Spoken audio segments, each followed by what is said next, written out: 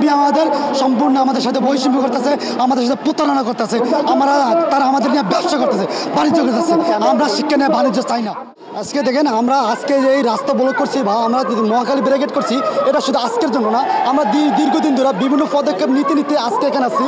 আমরা আমাদের সকল বিভিন্ন মন্ত্রণালয় এমনকি শিক্ষা উপদেষ্টা পর্যন্ত আমরা আমাদের স্মারকলিপি জমা দিচ্ছি।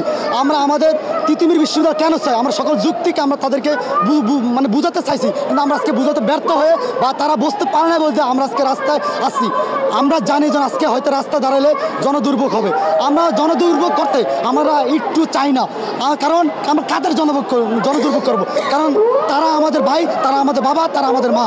আমরা চাই না জনদুর্ভোগ করতে, কিন্তু আমাদের আজকে রাস্তায় এনে দাঁড়াতে বাধ্য করছে তারা। তো আমরা আজকে এখানে দাঁড়াইছি, তিতুমিরকে আমরা স্বতন্ত্র বিশ্ববিদ্যালয় চাই। তো আমরা স্বতন্ত্র বিশ্ববিদ্যালয় কেন চাই? আমরা চাই শিক্ষার মান উন্নয়ন করার জন্য।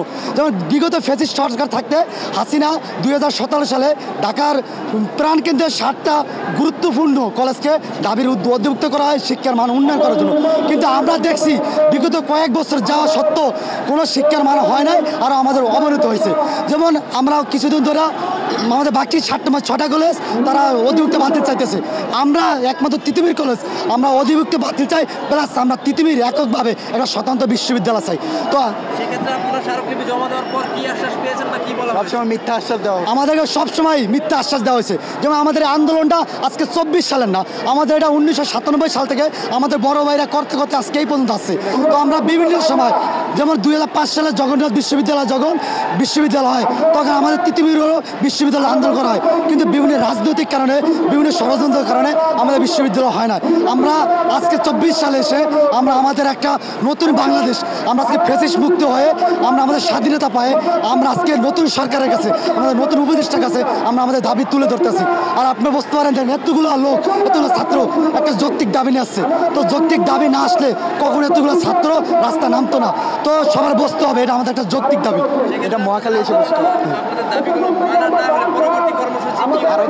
তো আমাদের দাবি না মানা পর্যন্ত আমরা রাজপথে থাকবো, রাজপথে অবস্থান করবো।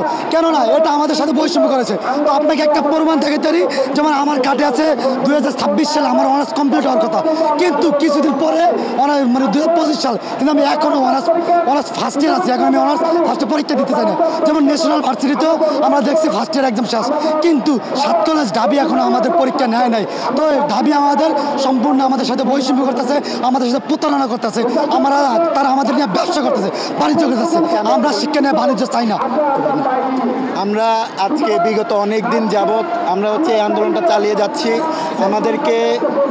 আমাদেরকে নানা সময় নানানভাবে মিথ্যা আশ্বাস দিতে আমাদেরকে আজকে বসবে, কালকে বসবে, এটা হবে, বিভিন্ন ধরনের টালবাহানা করে আজ পর্যন্ত আমাদের তিতুমিরের বিশ্ববিদ্যালয় কমিশন গঠন করা হয়নি। তার প্রেক্ষিতে আমরা বিভিন্ন আন্দোলনের মধ্যে দিয়ে আজকে আমাদের জোরালো আন্দোলন চলবে যতক্ষণ পর্যন্ত না তিতুমির কমিশন গঠন হচ্ছে। বিশ্ববিদ্যালয়ের উপদেষ্টা মণ্ডলী যেই আসুক না কেন আমাদের মহাখালীতে আসতে হবে, রেলগেটে আসতে হবে, তিতুমির কমিশন গঠন করবে, তারপরে আমরা রাজপথ ছাড়বো ইনশাআল্লাহ।